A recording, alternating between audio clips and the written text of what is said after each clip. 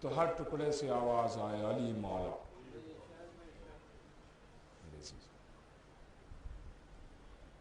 کہ یہ آج کی شب خصوصی شب ہے, بہت ہی اہم شب ہے.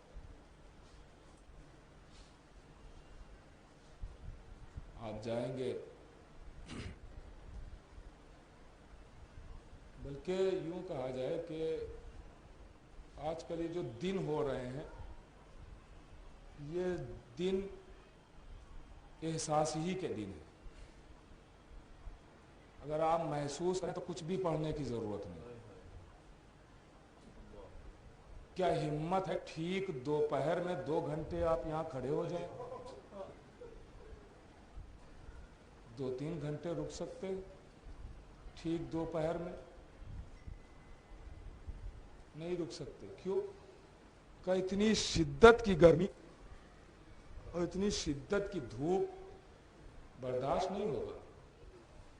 اللہ, ذرا سوچئے, سیدہ کی قبر بھی تو دھوپ ہی میں ہے, بنت رسول کی لحد بھی تو دھوپ میں ہے.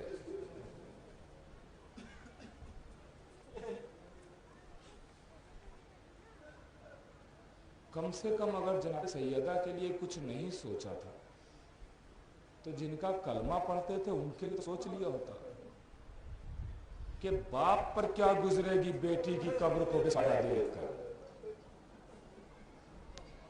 وہی روضہ رسول تعمیر ہے, قبر رسول پر گنبد بنا اور وہیں پر قبر سیدہ بے سایہ. اللہ, ذرا سوچئے, تصور کیجئے, ظالموں جناب سیدہ کی قبر پر بھی سایہ نہیں رہنے دیا. جناب سیدہ جب اس دنیا میں اپنے بابا کو روتی تھی تو جس پیڑ کے نیچے جاتی تھی ظالموں نے اس پیڑ کو بھی کاٹا. پہلے تو بابا کا سایہ نہ رہا, پھر جس پیڑ کے سائے میں بی بی روتی تھی وہ بھی سایہ ختم کیا, اور اس کے بعد پھر اب مزار سیدہ بھی بے سایہ کر دی. دھوپ میں شہزادی کی لہد ہے. اللہ اکبر, کیا گزرتی ہوگی بی بی. عزیزو, کہیں بھی کسی بھی قبرستان میں جانے کی کسی کو روک ٹوک نہیں ہوتی ہے. کہیں بھی آپ یہاں کسی بھی قبرستان میں چلے جائیے, قبرستان میں کوئی روک ٹوک نہیں ہوتی, اور کبھی بھی جا سکتے ہیں. قبرستان ایک ایسی جگہ ہوتی ہے کہ جہاں کبھی بھی جا سکتے ہیں, رات کے کسی حصے میں بھی چلے جا سکتے ہیں, کوئی روکنے والا نہیں ہوتا. مگر یہ پہلا قبرستان ہے کہ جہاں لوگ تعزیانے لیے کھڑے ہوئے ہیں کہ کوئی سیدہ کی قبر کی زیارت نہ کر پائے, کوئی بنت رسول کی قبر کا دیدار نہ کرنے پائے. اللہ اکبر. ہاں عزیزو, بچن جملے اور مجلس ختم کر رہا ہوں. لیجئے, اکلوتی بیٹی رسول کی گریہ کر رہی ہے, بابا رو رہی ہے, آنسو بہا رہی ہے. تاریخ کہتی ہے کہ رسول کی شہادت کے بعد زیادہ دن نہیں گزرے تھے, جناب سیدہ کے دروازے پر لوگ آگ اور لکڑیاں لے کر آ گئے. بی بی سیدہ کے دروازے پر آگ اور لکڑیاں جمع ہو گئی ہیں. تاریخ کہتی ہے کہ آواز آئی, بلکہ سائم چشتی نے لکھا ہے کہ جناب اکثر یہی پڑھا جاتا ہے نا کہ دروازے میں آگ لگی, دروازہ جلا. عزیزو, صرف دروازہ نہیں جلایا گیا تھا, وہ لکھتے ہیں کہ گھر کے چاروں طرف آگ اور لکڑیاں لگائی تھی. گھر کے چاروں طرف آگ اور لکڑیاں جمع کی گئی تھی, ان میں سب میں آگ لگائی گئی تھی. چونکہ لکڑی, دروازہ لکڑی کا ہوتا ہے, اس لیے اس میں جلدی آگ لگ گئی.